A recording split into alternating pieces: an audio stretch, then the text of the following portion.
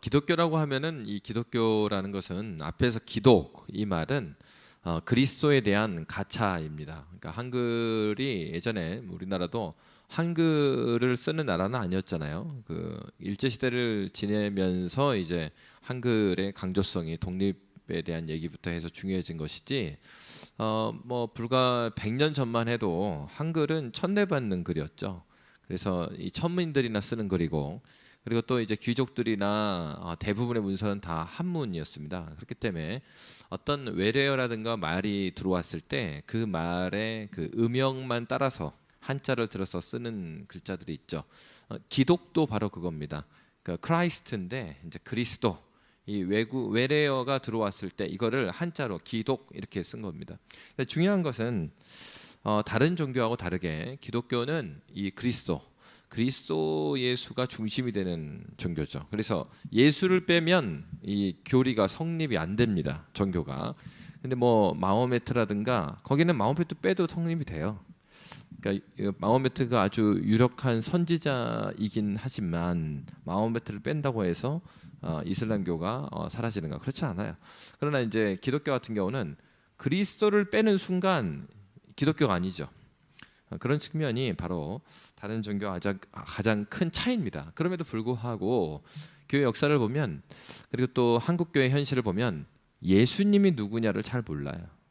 예수를 만났다를 되게 한국 사람의 특성상 체험적이고 감정적으로 생각합니다. 그래서 어떤 집회에서 눈물을 흘리면 그것이 예수를 만난 것처럼. 근데 예수가 누구냐 물어보면 몰라요.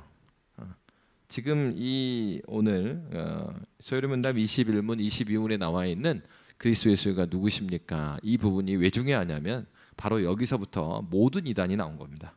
역사에서. 기독교가 아닌 거예요.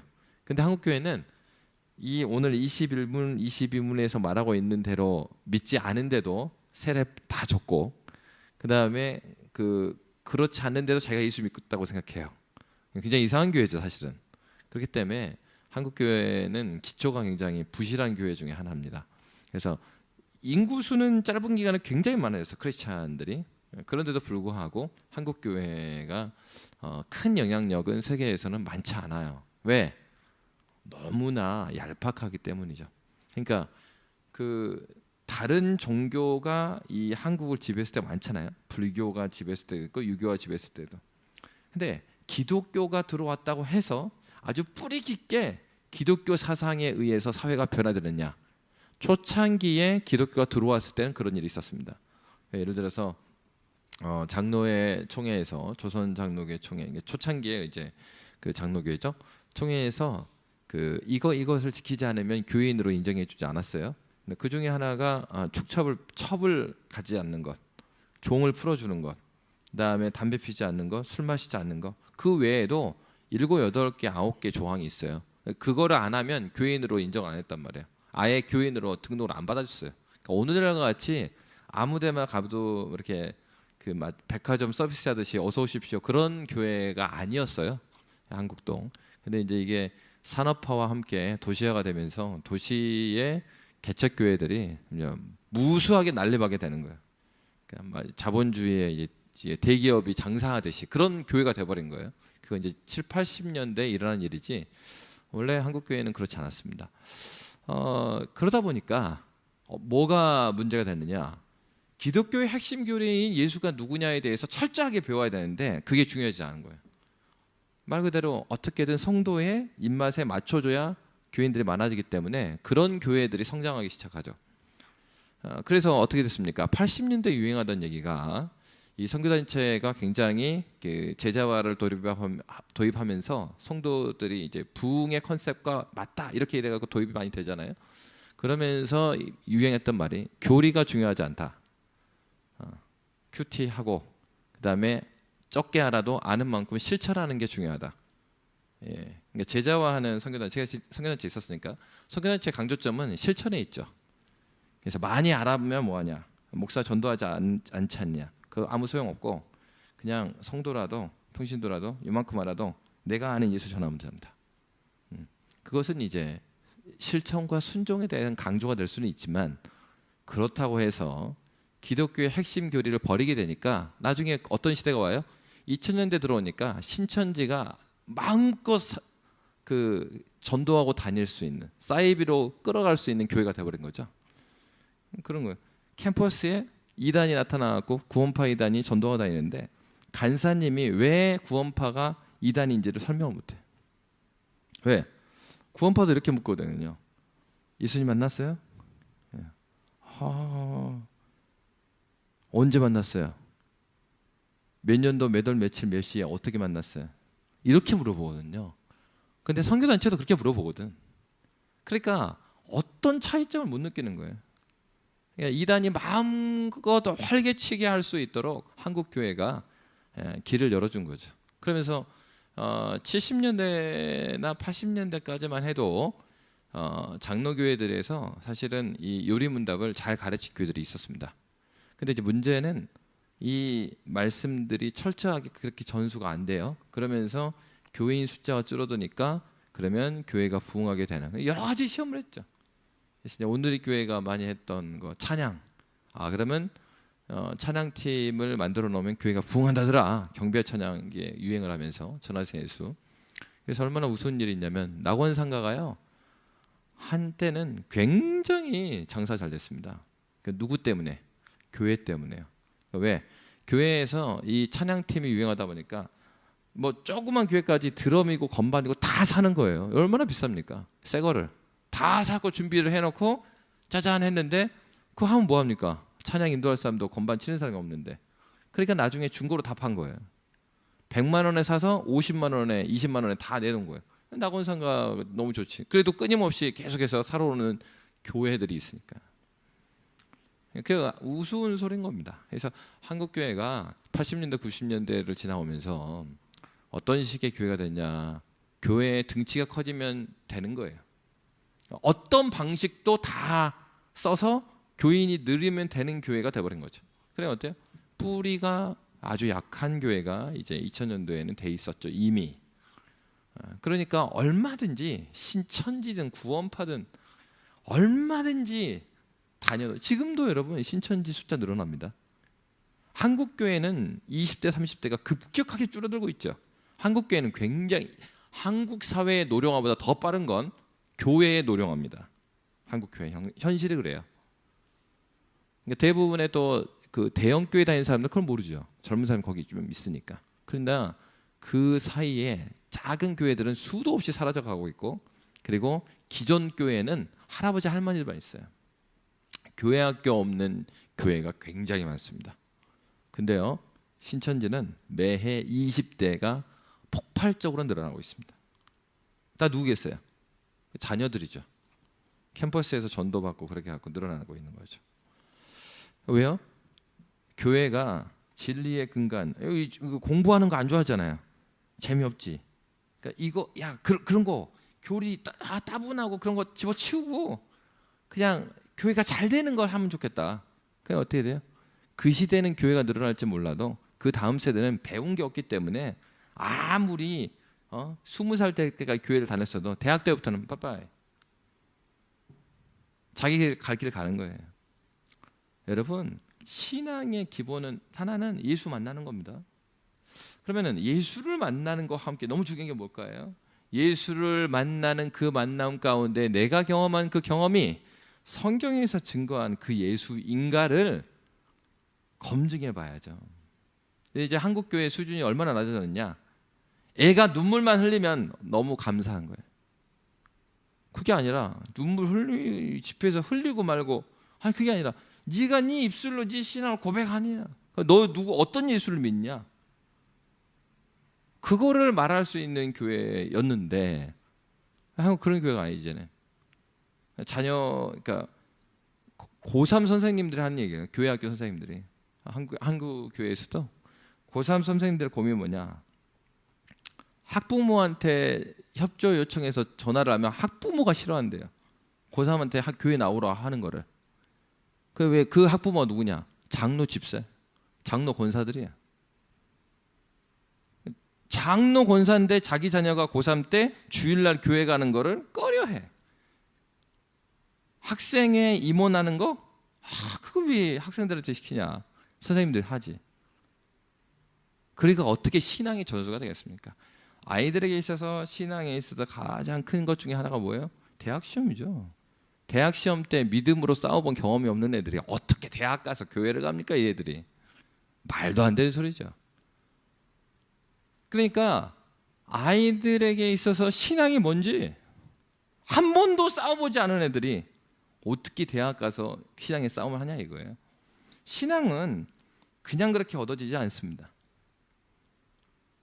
예수를 아는 건요, 여러분 예수를 처음 만났을 때 감격적이죠. 근데 신앙이 성장하는 사람의 특징은 그렇게 만난 예수를 나의 삶 가운데 정말로 예수의 뜻대로 내가 살고 있는지 매번 검토하고 말씀이 정말 그런지 믿고 가본 사람인 거예요. 그러면서 그 안에서 내가 잘못 믿어갖고 실패하기도 하고 매도 맞고 그럼에도 불구하고 말씀을 놓지 않고 꾸준히 붙드는 사람이 신앙이 자라가지, 그냥 멍하니 앉아있고 그런 사람이 어떻게 신앙이 자라갑니까? 그건 이 세상에서도 일반적인 원리, 그러니까 세상에 돌아가는 일반 법칙에도 안 맞는 얘기고 당연히 하나님 나라의 영적인 원리에는 전혀 맞지 않는 얘기입니다. 그러니까 여러분 이 소요문답에서 21문, 22문은 굉장히 중요해요. 우리의 실제적인 신앙뿐만 아니라 교회가 서고 무너지고의 기준이 여기 있는 거예요. 자, 그러면 그래서 기독교라는 것은 그리스도가 누구이시냐가 이 교회가 서고 넘어지는 기준입니다.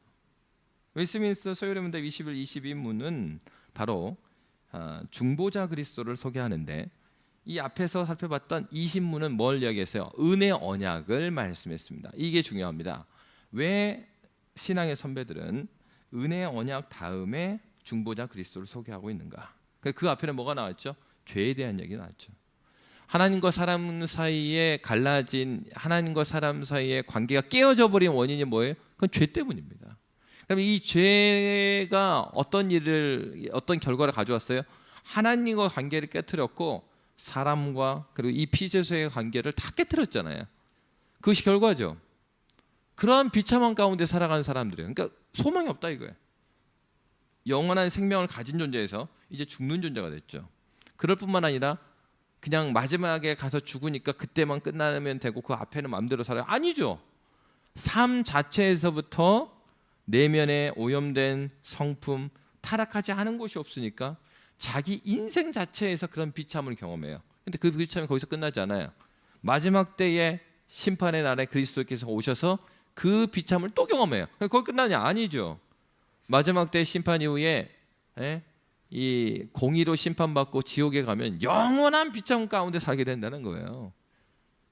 바로 이것이 인간의 상태인데 우리 하나님께서는 그의 자녀들을 공의의 하나님이실 뿐만 아니라 사랑의 하나님이시기에 그대로 내버려 두지 않으셨다. 그게 뭐예요? 은혜 언약입니다.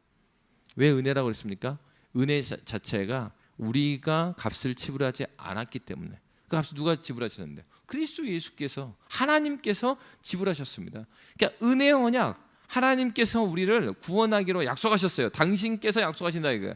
구원하신다 이거예요. 우리의 공로가 아니라 하나님께서 직접 약속하신 그 구원이 그러면 어떻게 이루어졌는가?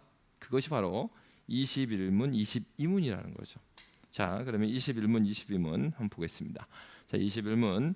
하나님이 선택하신 자들의 구속자는 누구십니까? 여러분 읽습니다. 다 함께 읽습니다. 시작. 하나님이 선택하신 자들의 유일한 구속자는 주 예수 그리스도이며 예수 그리스도는 하나님의 영원한 아들로서 사람이 되어 영원토록 한 인격 안에 구별된 신성과 인성을 가지고 있습니다. 은혜 언약의 실행, 은혜 언약의 완성자로서 예수를 주셨다고 그랬어요. 그런데 신앙의 선배들의 고백을 할 때 하나님이 선택하신 자들의 유일한 구속자라고 합니다. 그러면서 바로 이 예수님의 이름을 우리에게 소개하는데 예수님의 이름이 무엇이 나옵니까? 구속자라는 이름이 나와요. 여러분 이 구속자라는 이름 전에 예수님 당신의 이름이 있죠. 예수라는 이름. 그 예수라는 이름은 마태복음 1장 21절에 보면 뭐라고 나왔습니까? 자기 백성을 죄에서 구원할 자. 예수 자신의 이름은 어떤 뜻이에요? 영어로 하면은 Savior예요. 그게 이제 예수님 자신 그 예수라는 이름 자체의 뜻이고 죄에서 구원할 자라는 뜻이고 오늘 나와 있는 구속자, 저는 이제 영어로 하면 리디머예요. 구속자라는 건 사실은 구약 성경의 배경을 가지고 있습니다. 그래서 구약 성경에서 룻기 말씀을 생각해 보면 좀 이해가 돼요. 룻기 말씀에서 어떻게 나왔냐면 기업 물을 자다 이렇게 나와요. 그래서 그 나오미가 어떻습니까? 룻의 어머니 나오미가 아들들이 다 죽어버리잖아요. 그러고 나서 고향으로 돌아왔을 때 따라왔던 사람이 룻이 따라왔죠. 룻이 따라와서 그러면 보아스의 밭에 찾아가게 되죠. 그러면서 보아스에게 묻습니다. 당신이 기업 물을 자라고 합니다. 그러니까 보아스가 이 그 룻을 바로 취하는 게 아니라 보아스가 누구를 찾아가죠? 가장 자기보다 더 가까운 친척이 있는 거예요. 그 친척한테 먼저 찾아갑니다. 그리고 나서 그 친척이 어땠어요? 내가 기업 물을 자가 맞는데, 근데 그 사람이 뭐라 그랬어요? 자기가 그 밭을 살 정도의 재산은 가지고 있지 않다. 그래서 나는 그걸 못하겠다. 거기 그때의 기업 물을 자가 리드머예요. 그 구속자예요. 구속자라는 뜻은 무엇이겠어요? 하나는 이 친척이든 어떻든 갚을 수 있는 관계가 있어야 돼요. 하나는 관계가. 그리고 두 번째로는 관계가 있을 뿐만 아니라 뭐가 있어야 돼요? 능력이 있어야죠. 밭을 사줄 수 있는 능력이 있어야죠. 바로 이겁니다. 그러니까 구속자, 예수님께서 왜 뒤에 보면 어떻게 되어 있냐면 요리문답에 보면 그분이 어떻게 오셨다고 그랬어요? 영원한 하나님의 아들인데 사람이 되었다 했고, 인격 안에 신성과 인성이 아니 21문 맞아요. 21문 보고 있어요. 신성과 인성을 가지고 오셨다고 하고 있단 말이에요. 그러니까 하나님, 참 하나님이시면서 참 사람으로 와야 된다 이거예요. 이 얘기가 참 하나님이면서 참 사람으로 왜 와야 되는 얘기가 바로 리디머와 관련되어 있는 거예요. 구속자. 왜? 우리 죄에 대한 문제를 그렇게 갚아주려면 첫째는 우리와 관계가 있어야 돼요. 우리와 관계 있다라는 것은 무엇이겠습니까? 사람이어야 된다 이거예요. 사람으로서 사람의 빚을 갚아줘야 사람이 갚게 됩니다. 그러니까 그분이 구속자라는 분이 오시려면 사람으로 와야 된다 이 말이에요. 첫 번째는. 두 번째는 무엇입니까? 갚을 능력에 대한 얘기예요. 그러면 그 죄를 갚을 능력이 있느냐? 그러니까 죄에 대한 크기, 갚아야 될 크기가 어느 정도인데, 이 첫사람 아담이 범죄함으로써 이 범죄에 대한 피해 당사자는 누구예요? 그러니까 이 표현은 정확지는 않아요. 그러니까 하나님이 어떻게 뭐 사람이 뭘 한다고 해서 피해를 받고 뭐 그러시겠어요? 근데 이제 이게 관계 가운데서 설명하자면 그렇다는 겁니다. 그래서 그 대상자는 누구예요? 하나님께서 피해를 받으실 거죠. 왜? 하나님과 사람 간에 하나님께서 언약을 하셨기 때문에 그 언약을 깨트리면 언약 당사자인 하나님이 피해를 보신 건데, 어떤 피해예요? 하나님이 받으신 피해니까 하나님 정도의 값을 치러야 되는 죄의 크기인 겁니다.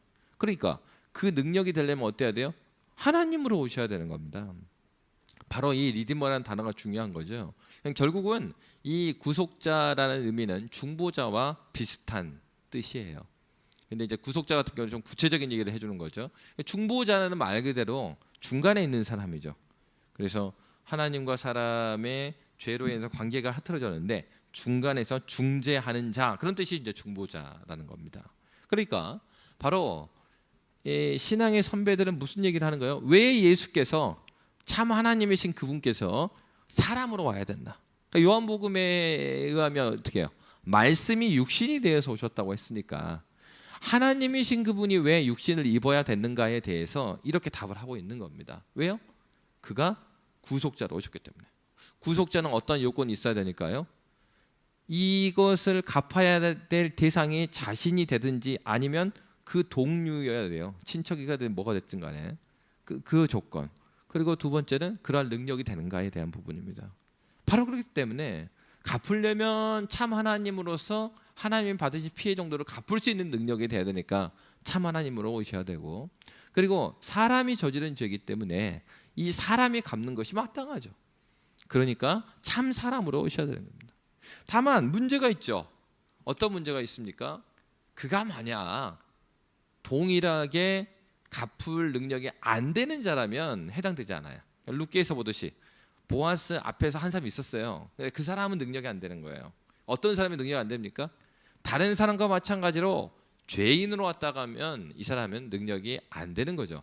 그것이 22문에 대한 얘기입니다. 22문 보실까요? 자, 22문 제가 읽겠습니다. 하나님의 아들인 그리스도는 어떻게 사람이 되셨습니까? 여러분 함께 읽습니다. 시작.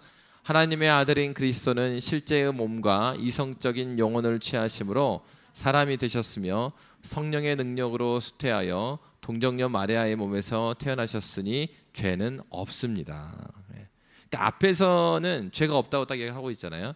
앞에서는 예수가 누구신가를 말해준 거예요. 그는 구속자다, 그는 중보자다, 이렇게 말을 했던 것이고, 그러면 구속자 중보자가 어떤 사람이에요? 대신 죄를 갚아줄 수 있는 그런 관계가 있는 분이냐 하는 것과 그런 능력이 있는 것이냐 하는 건데, 바로 이것 때문에 예수님께서 참 하나님과 참 사람으로 오시되 죄가 없는 사람으로 이 땅에 오셨다 하는 겁니다. 그래서 22문은 그 얘기를 하고 있는 거예요. 그래? 예수님이 참 중보자, 참 구속주로 오셨다고 한다면 그게 구체적으로 무슨 말이냐? 이렇게 물은 거예요. 그러니까 하나님의 아들인 그리스도는 어떻게 사람이 되셨냐? 그러니까 이렇게 사람으로 오신 것이다 라고 설명하는 것이 22문입니다. 먼저 히브리서 1장 3절에 보면 이런 말씀이 있어요. 이는 하나님의 영광의 광채시요 그 본체의 형상이시라. 누가요? 예수님이. 그러니까 히브리서 말씀이 증거하는 것이 무엇입니까? 예수께서 지금 사람들이 보고 있는 거는 인간 예수를 보고 있어요. 근데 히브리 기자가 뭐라고 했어요? 이 인간 예수, 너희들이 봤던 인간 예수가 누구라고요? 하나님의 본체의 형상이다. 그 말은, 이 말이 좀 어렵게 하는데 이 무슨 말이에요? 하나님이다 말이죠. 그래서 성경에 보면 예수님 자신이 자기에 대해서 자꾸 나는 누구다 이렇게 말해요. 그래서 이제 요한복음에 그런 표현들이 많이 나오는데 에고 에이미 이런 표현, 그러니까 I am이거든요. 그래서 이제 그 성경에 나는 포도나무요, 너희는 가지다. 나는 뭐뭐뭐시고 너는 누구다. 예수님께서 계속해서 내가 누구라고 얘기를 하신단 말이에요. 그것이 바로 예수님의 자기의 증거예요. 근데 또 이런 표현이 있습니다. 예수님이 어떤 말을 자주 하냐면 내가 진실로 진실로 너에게 이르노니, 그러니까 진실로. 이게 재밌는 게 예수님의 다른 별명은 요한계시록에서 뭐라고 말하고 있습니까? 예수 그리스도 소개할 때 아멘이시오 이렇게 말해요. 예수님의 별명이 아멘이래요. 여기에서 이제 진실로가 그런 말이에요. 진실로가 하나님께서 어떠한 말씀하셨을 때 그것을 아멘으로 답하는 거. 그러니까 이게 이제 강조법이잖아요. 나 이거 내 말이 아니고 이거 하나님 말씀이야 할 때 예수님이 내가 진실로 너에게 이르노니 이렇게 말했거든요. 그러니까 예수님께서 어떤 말이겠습니까? 내가 지금 말하고 있는데 이거 하나님 말씀이야 이런 얘기입니다. 내가 진실로 너에게 이르노니라는 얘기는 잘 들어, 이거 하나님께서 말씀하신 거야. 그러면은 하나님께서 말씀하셨다. 내가 진실로 반복해서 말씀하신 이유가 무엇이에요? 당신의 말씀이 곧 하나님의 말씀이다. 예수께서 자신의 말씀의 권위를 하나님께 뒀어요. 자기가 말하는 것 자체가 하나님의 권위가 있다는 얘기를 했고, 사람들이 놀란 이유는 예수님께서 그렇게 말씀으로 가르치셨는데 왜 놀라요? 그의 가르침에 권위가 있었기 때문이다 이렇게 말한단 말이에요. 기적을 봐서 놀란 게 아니고 그 말씀에 권위가 있었다. 이 표현은 구약에서 보면은 여호와께서 나타나셔서 그의 백성들에게 말씀하셨을 때 그 권위를 느낀 거거든요. 그래서 이스라엘 백성들이 하나님께 나타나서 말씀하시면 다들 구름이 임재하고 했을 때 엎드린 거예요. 그런 것처럼 예수께서 말씀을 증거하시는데 그런 권위가 있었던 겁니다. 그러니까 첫째는 예수가 하나님이시면 어떻게 증거하신 거예요? 말씀으로 증거하신 거예요. 두 번째 증거는 예수께서 말씀을 전하신 게 아니죠. 마태복음의 말씀에 의하면 그가 4장과 9장에서 어떻게 말하고 있습니까? 가르치시고 전파하시고 고치시는 일을 했다라고 되어 있어요. 그 가르치셨을 때에 그런 권위가 있었을 뿐만 아니라 전파, 복음을 전했을 때도 그렇게 나타나셨고 또 고치셨을 때도. 그러니까 우리 주님은 말씀하셨을 때의 권위와 함께 그 권위를 행사하는 능력, 실제로 그가 고치시는 사역, 능력의 권세에 있어서도 사람들이 놀란 거예요. 하나님께서 하실 수 있는. 예를 들어서 그 갈릴리 바다에서 오병이어 사건이 있었다면 예수님이 이제 배를 타고 넘어가시잖아요. 근데 그때 풍랑이 일잖아요. 그때 사람들이 막 두렵고 떨고 했을 때 예수님께서 무리를 걸으시고 그 예수님께서 파도야 잔잔하라. 그러니까 잔잔해. 그죠? 피조 세계가 순종한다? 그 누구만 할 수 있는 거예요? 하나님께서만 하실 수 있죠. 심지어는 우리 주님께서 어떻게 하셨습니까? 병을 낫게 해주신 거예요.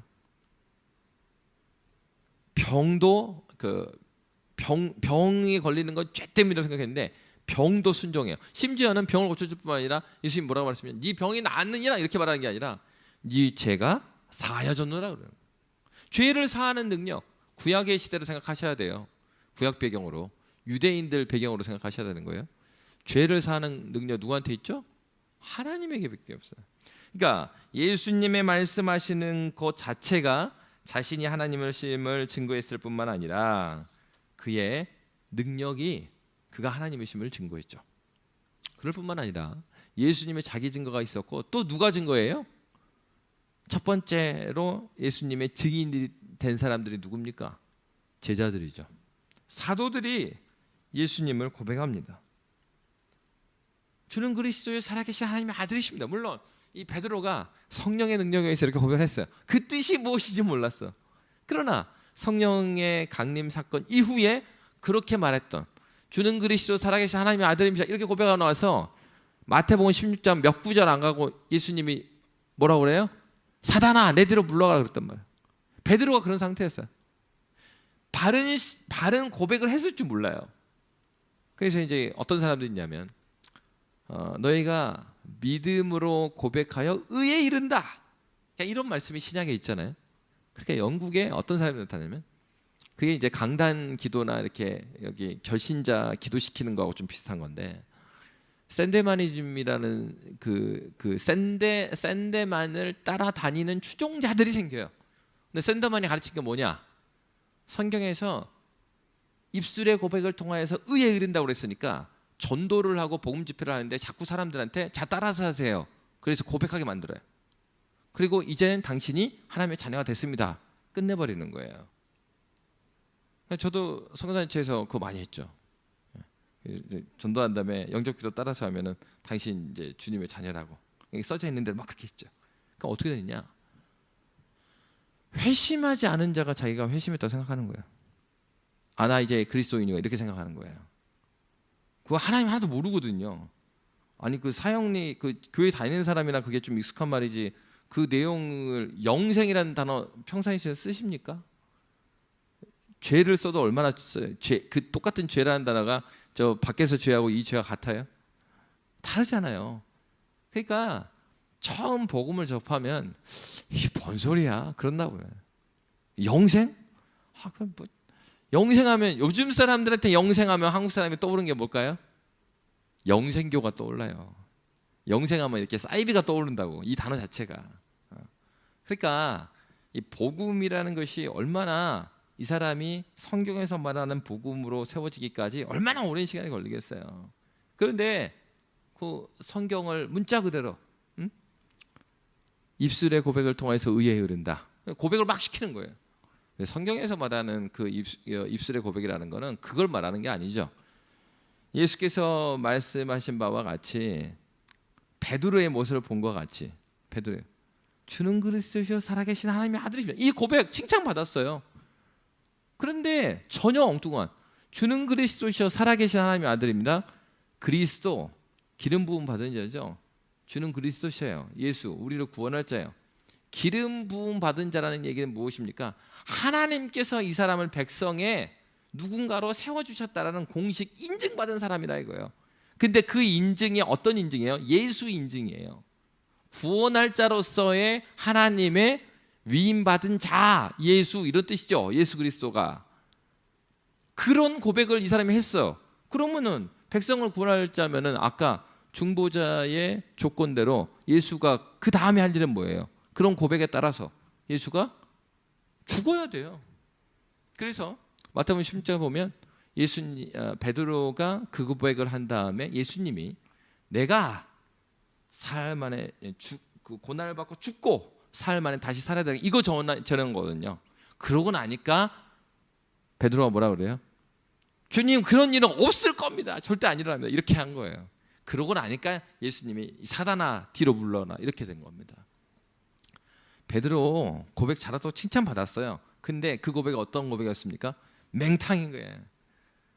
그렇게 고백했으면 예수님이 내가 십자가 지고 죽고 다시 살아날 거야. 그러면은 주님 그 길을 제가 따라가겠습니다. 아니면 주님 믿습니다. 이렇게 해야 맞죠. 근데 그 길을 막는 거죠. 왜요? 여기서 말한 입으로 고백하여 의에 이른다라는 것은 예수께서 어떠한 일을 하고 어떤 분이심을 깨달아 안다는 말을 말한 거지, 입술로만 떠벌린다고 해서 그 사람이 그리스도인이 되는 건 아닙니다. 성경은 한 번도 그렇게 증거한 적이 없어요. 성경을 띄엄띄엄 읽으면 이런 문제가 생겨요. 여기 하나만 딱 띄어갖고 이것만 외우고 다니는 거예요. 성경 전체에서 무엇을, 복음에 대해서 무엇이라고 말하고 있고, 이 텍스트에서 문맥 가운데서 이 말씀이 어떤 가운데서 이렇게 말하고 있는가 이렇게 보지 않고 이것만 딱 떼서 배우냐고 그것만 하는 거예요. 제일 무서운 사람이 누구예요? 성경 몇 구절 외우고 다니는 사람이 제일 무서워요. 전체에서 말하는 성경의 복음을 이해하는 게 아니라 요거 하나 갖고 목숨 거는 거예요. 베드로가 그런 상태였죠. 그런 베드로가 사도행전 2장 보십시오.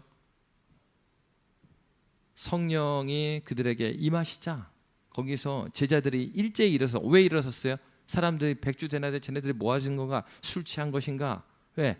뭐 방언도 하고 또 성령의 임재가 보이고 불의 혀 같은 것이 있고 막 이런 일들이 일어나니까 이게 무슨 얘기지? 저들이 술 취한 거 아니냐? 이렇게 말하니까 거기에서 제자들이 일제히 일어나. 사도행전 이전에 일제히 일어났어요. 일제히 다 같이 일어난 거예요. 일어나서 누가 설교합니까? 베드로가 설교합니다.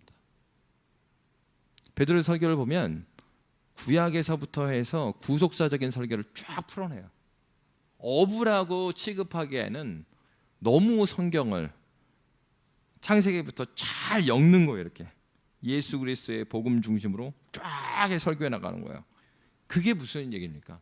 마태복음 16장에서 고백했던 주는 그리스도 살아계신 하나님의 아들이십니다라는 내용을 사도행전 2장에서 베드로가 설교를 한 겁니다. 무엇으로? 성령으로 말미암아 복음의 내용이 무엇인지 깨닫게 된 거예요. 그러니까 이제는 예수 그리스도의 그 의미가 무엇인지 베드로가 깨닫게 된 겁니다. 바로 이것이 예수님을 아는 것이죠. 그러니까 유일한 중보자, 그를 주셨어요. 그가 왜 우리를 위해서 죽으셔야 했고 사람으로 오셔야 됐고 다시 살아나셨습니까? 이것이 복음의 핵심이죠. 예수가 누구냐에 대한 문제입니다. 바로 그 고백을 하는 거예요. 그러면 그가 어떻게 오셨냐? 요리문답 우리 22문 다시 띄워줄래요? 그가 그러면은 참 하나님이시고 죄 없는 참 사람으로 오시기 위해서, 첫째, 사람으로 오시기 위해서 어떻게 오셨대요? 실제의 몸과 이성적인 영혼을 취하심으로 사람이 되셨다. 그러니까 실제의 몸과 이성적인 영혼, 이런 얘기를 왜 썼을까요? 교회 역사 가운데 이걸 부인하는 사람도 있었기 때문에 얘기한 거예요. 어떤 식으로요? 둘 중에 하나를 빼면은 그거 사람이 아니잖아요. 몸이 없으면 사람이에요. 여러분 귀신이라고 그러죠. 영혼 없으면요, 식물 인간이잖아요. 그러니까 그 영혼이 없는 사람, 그거 생각할 수 없잖아요. 그건 뭐예요? 그 공상 영화에서 사람을 막 만들어내니까 영혼이 없는 사람을 만들어, 그런 영화 있잖아요. 영혼이 없어도 사람이 아니고 몸이 없어도 사람이 아니죠. 근데 예수께서 어떻게 왔다고요? 실제 몸과 이성적인 영혼을 취하심으로 사람을 오셨다. 이 얘기를 쓴 이유는 예수께서 진짜 사람으로 오신 거다, 이게 한 거예요. 어떤 사람들이 또 실제 있었습니까? 역사 가운데 보면 예수님이 하나님으로 계신 거지, 아니 그 어떻게 하나님이신 그분이 이 저급한 이 몸을 취하냐? 그러니까 왜? 당시에 이제 헬라적인 사고관에 의하면 그 굉장히 수준이 높은 것은 뭐냐면 이 형태를 취한, 그러니까 육적인 것은 굉장히 수준이 낮고 영적이고 보이지 않는 것일수록 수준이 높다라는 생각을 갖고 있었어요. 그게 이제 헬라적인 사고 방식인데, 그 생각에 의하면 어때요? 신이 육체를 입고 왔다. 그럼 그 신이 급이 떨어지는 겁니다. 그래서 기독교 안에 어떤 사람들이 나타났냐면 이단들이죠. 사실은 하나님께서 상당히 수준이 높으신 분이 있잖아. 예수께서도 굉장히 고상한 분이다. 그래서 그분은 고상한 지식을 가지고 계시다. 그렇기 때문에 육체를 입고 오신 건 아니야. 이 육체를 입고 오신 것처럼 보였을 뿐이야 라고 가르치는 사람들이 나타나게 돼요. 이 이단들이죠. 그 말 그렇게 하는 순간 어떻게 돼요? 이 중보자의 조건에서 탈락이 되잖아요. 그러면은 예수 그 죄를 누가 갚은 거예요? 사람이 갚은 게 아니잖아요. 그럼 아직 우리한테 남아있는 거예요. 갚아야 될 죄가 아직 남아있는 거예요. 사람이 안 갚았으니까. 그렇게 되고, 또 하나는 성경에서 예수님이 뭐 슬퍼하셨더라, 배가 고프셨더라, 다 거짓말인 거예요. 실제로는 안 고팠는데 그런 척 하신 거죠. 그러니까 실제 몸을 입고 오셔야 구속주로서 오실 수 있죠. 그래서 실제로 예수님께 실제 몸과 이성적인 영혼을 가지고 오셨다 이렇게 말한 거고. 그러니까 이제 문제는 그렇게 오셨는데 그 죄가 있다면 예수님이 죄를 갚을 수 없잖아요. 그래서 앞에 놓은 거 사도신경에 계속 나오죠. 성령의 능력으로 수태하여 동정녀 마리아의 몸에서 태어나셨다. 성령의 능력은 여러 가지 능력이 있습니다. 근데 성령께서는 여러 가지 능력 중에서 아주 큰 것 중에 하나가 뭐냐면 성령을 성경에서 소개할 때 창조의 영이다 그래요. 그래서 여러분 창세기 1장에서 보면은 여호와의 신이 운행하셨다 그래요. 창조 행위가 일어나기 전에 성령께서 운행하십니다.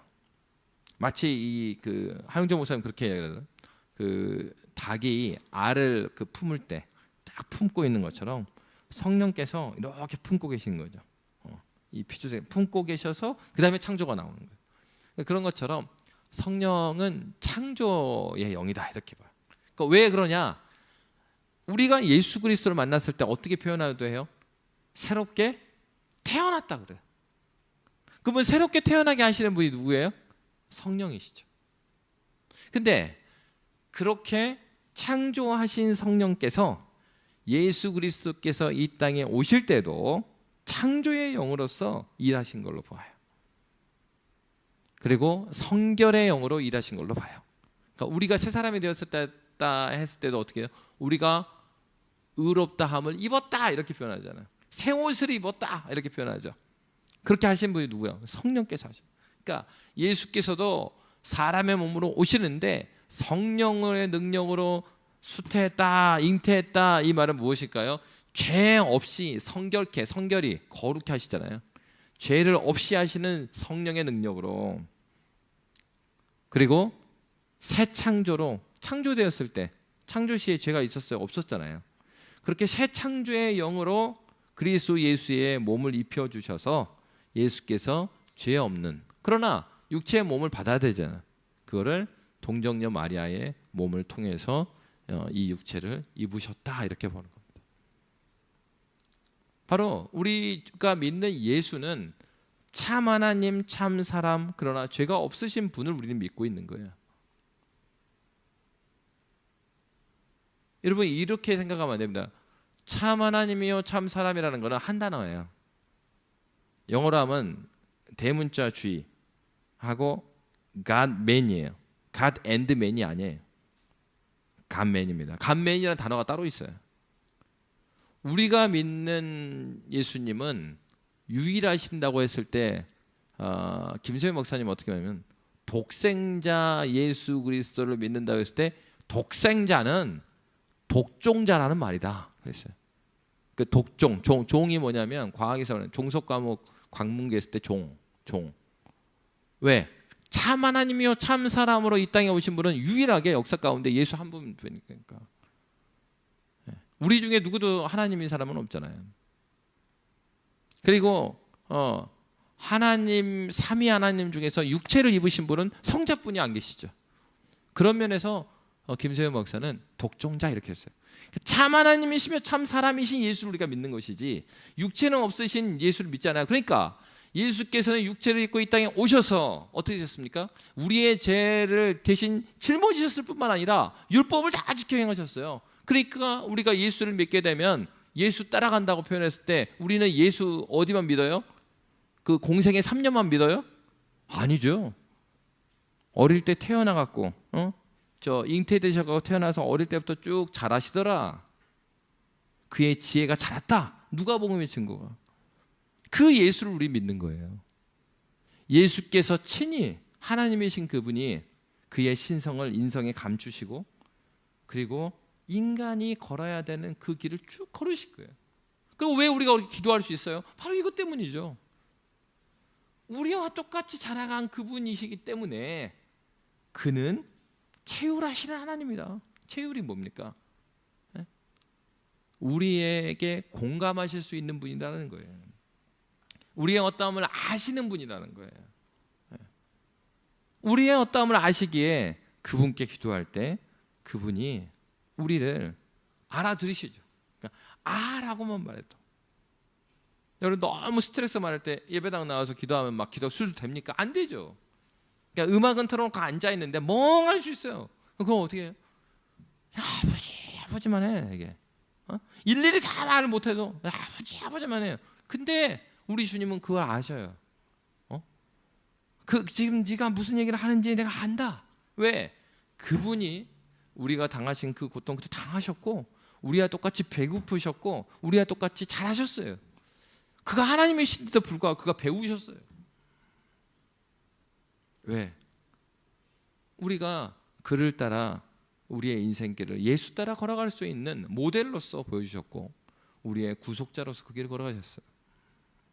우리가 믿는 예수님은 참 사람이시고 참 하나님이신 그분입니다. 하나님을 보여달라고 하시잖아요. 누구를 보여주는 거예요? 그래서 예수를 보여준 거예요. 우리가 볼 수 있는 하나님은 예수님입니다. 그리고 예수께서는 이미 2000년 전에 그가 누구이신지를 보여줬고 그 증거가 여기 담겨 있어요. 왜 성경을 사랑해야 됩니까?